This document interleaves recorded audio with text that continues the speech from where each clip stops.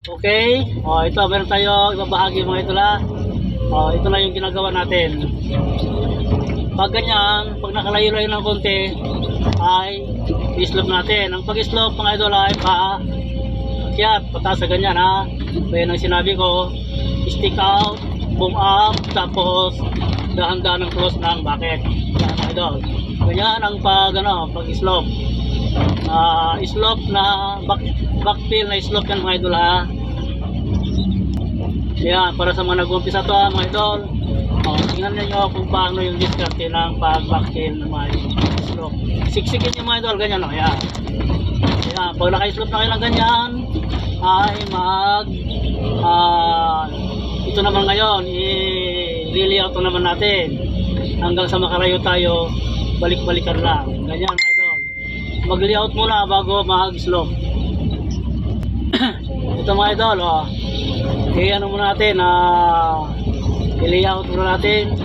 Kumbaga, i-rust muna, yan, rust. Para makuha yung kanyang itsura ng parang slope na siya.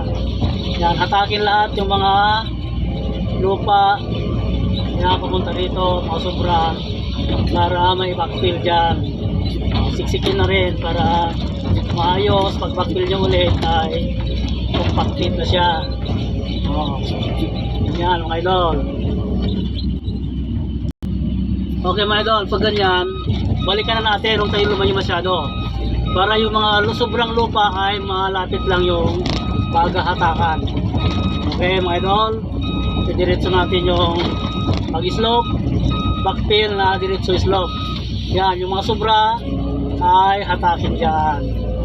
Para hindi tayo pwedeng lumayo masyado, para yung lupa ay mailagay dyan sa malapit lang yung mapag-anuhan.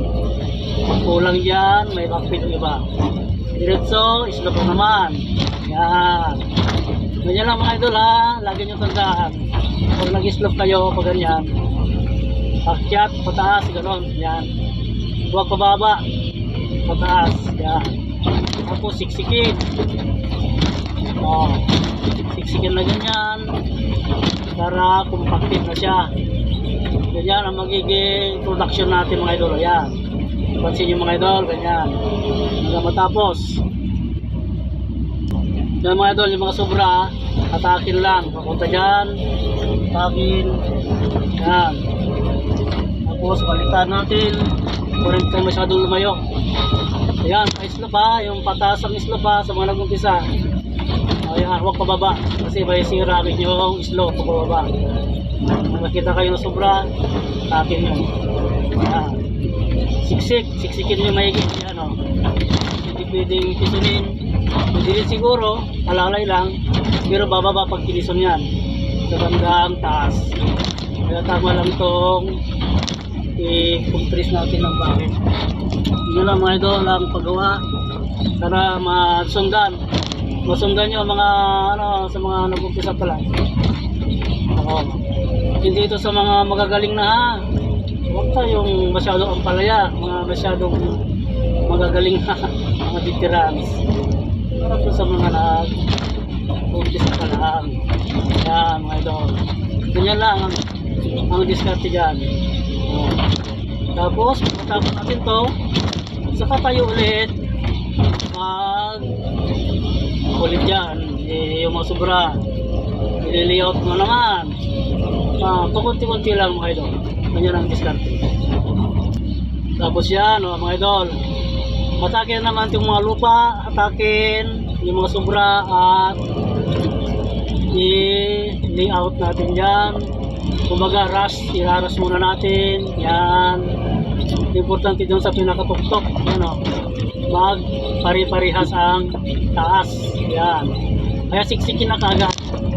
Para pag linagyan nyo ulit, compress na siya. Magdadagdag man, ay ayos na siya. Yan. Dagdag. O. Saka natin i-press ulit. Yan mga idol. Tama ang backfill na pa-slope. Yan mga idol, kita nyo mga idol. Ganyan ang magiging production natin. Alalay lang mga idol. Okay mga idol, ito yung finished project ng finished product ng ating nagawa.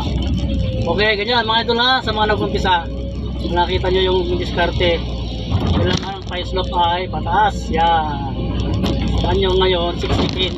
Balik yung bucket, 60 na ganyan. Yan mga idol. Yan ang backfill na fire slope mga idol. Okay. Sana mga idol, meron tayong naibigay ulit sa mga nag-umpisa pa lang at mga baguhan. God bless mga idol.